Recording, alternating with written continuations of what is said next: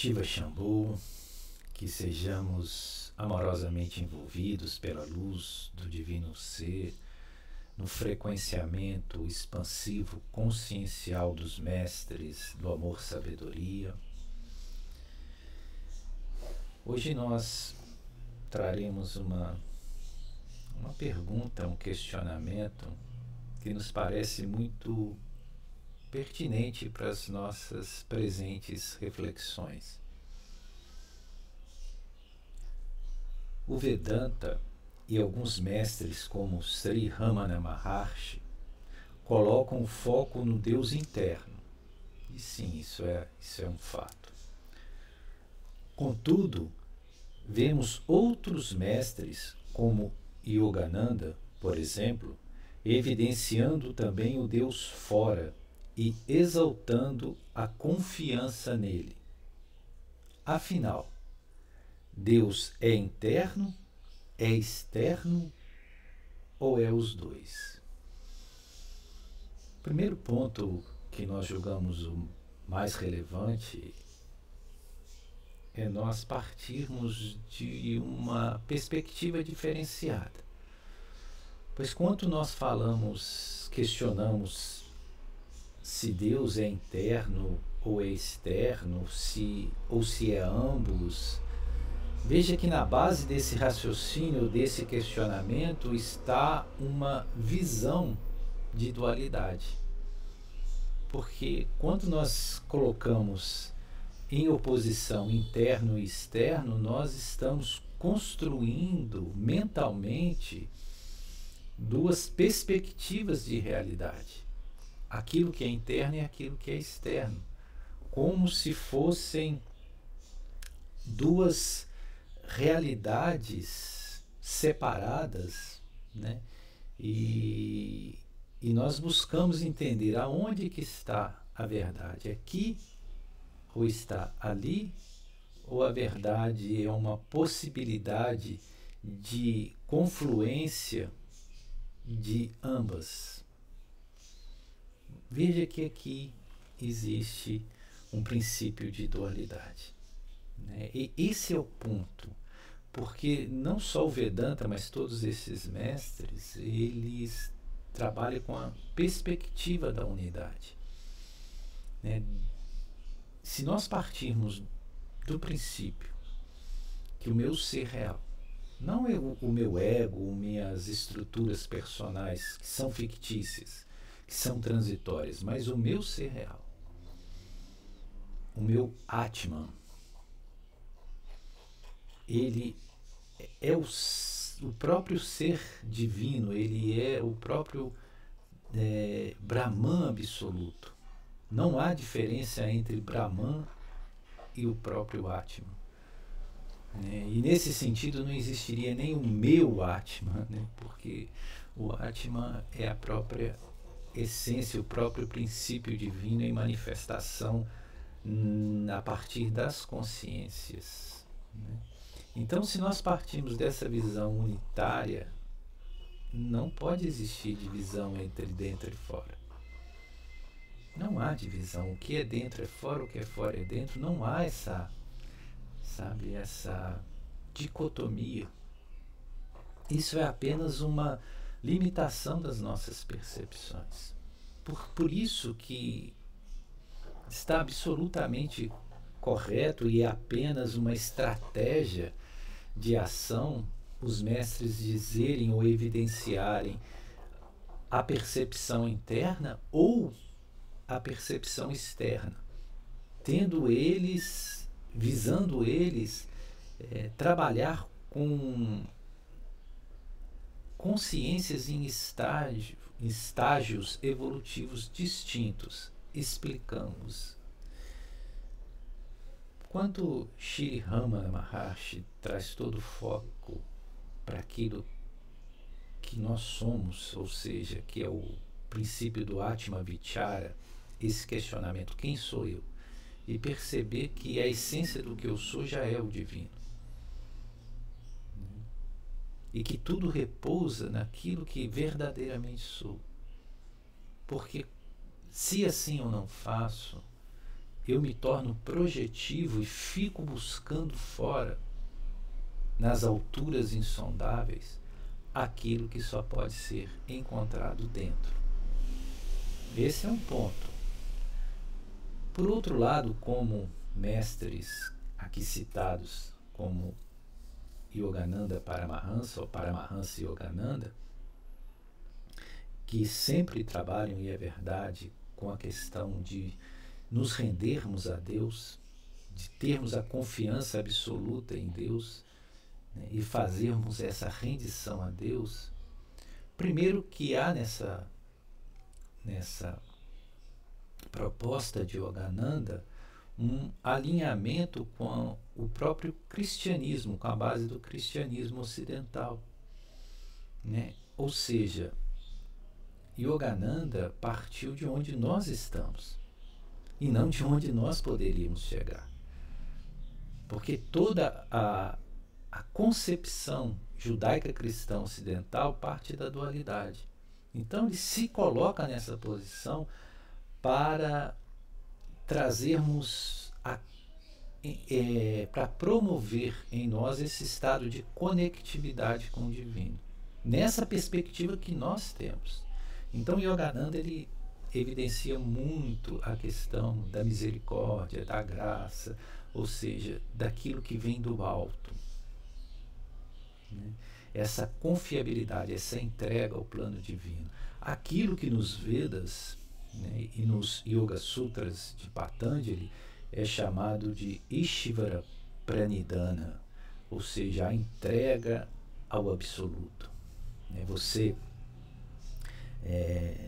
se despe de todas as suas vestimentas egóicas, de todo o seu pretenso saber e conhecer, né? E como uma criança, como aquele que está nu perante a magia da própria existência, se entrega para ser conduzido pelo alto. É importante nós percebermos que a distinção entre uma postura e outra, ou seja, a da autocondução interna e essa condução, entre aspas, externa, é apenas uma ilusão de ótica, porque se trata, em verdade, da mesma e única coisa. Não há distinção, né? Porque os próprios Vedas, eles evidenciam que a realidade do absoluto, né, Ishvara, ele é tanto emanente como transcendente, ou seja, ele tanto está presente na própria manifestação como transcende a própria manifestação.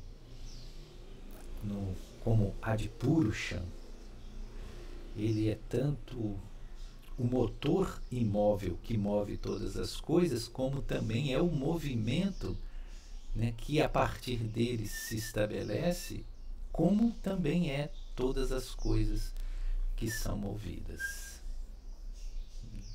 E tudo isso está numa perspectiva de unidade. A separatividade está apenas na nossa insuficiência perceptiva, né? Na nossa incapacidade de realizar no plano mental esse princípio supremo da unidade. E realmente nós não conseguimos a isto realizar quanto estamos presos ao plano meramente mental. Por isso que é tão evidenciado a questão do supramental. E o que nós chamamos do supramental? Aquilo que transcende os aspectos da mente concreta, né? Que entra nesses estágios conscienciais, que são formas diferentes ou mais elevadas de percepção, de autopercepção e de inserção no presente vivencial e existencial. O difícil para aqueles como nós que estamos encarnados no corpo físico, envolvidos pela materialidade e determinados pelo mentalismo ou pelo mental inferior, que esse mental inferior é apenas um dos aspectos do princípio inteligente, nós dificilmente conseguimos visualizar outras formas de percepção, de conhecimento, de discernimento, que não seja o racional, que não seja aquilo que é produto da nossa intelectividade. Então nós racionalizamos. E o princípio da racionalização é um princípio de construção conceitual.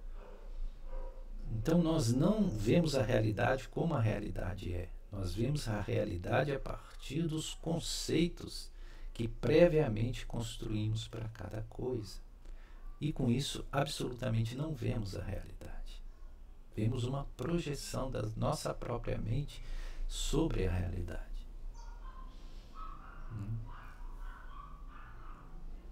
Daí a razão dos yogas, e colocamos aqui no plural porque há várias escolas e caminhos do yoga, evidenciarem essa necessidade de nós sairmos desse estado mental. Daí o trabalho, né, de meditação, o trabalho de imersão consciencial para promover esse esvaziamento mental, esse estado de silêncio ou esse estado de vazio, como chamam os budistas, o sunyata, né? E a percepção da impermanência de todas as coisas, né? Como coisas não concretas, né? E logo não reais.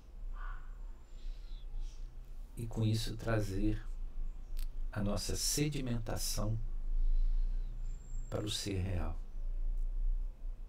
É isso que Samana Jesus chamava de edificar a sua casa sobre a rocha.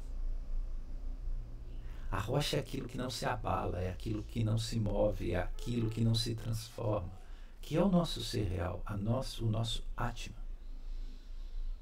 Né? Em oposição, como dizia Samana Jesus, dos tolos que constroem as suas casas na areia, que vêm as águas e tudo levam.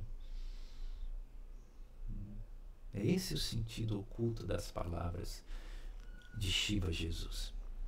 Porque Shiva Jesus era, em essência, um vedantista.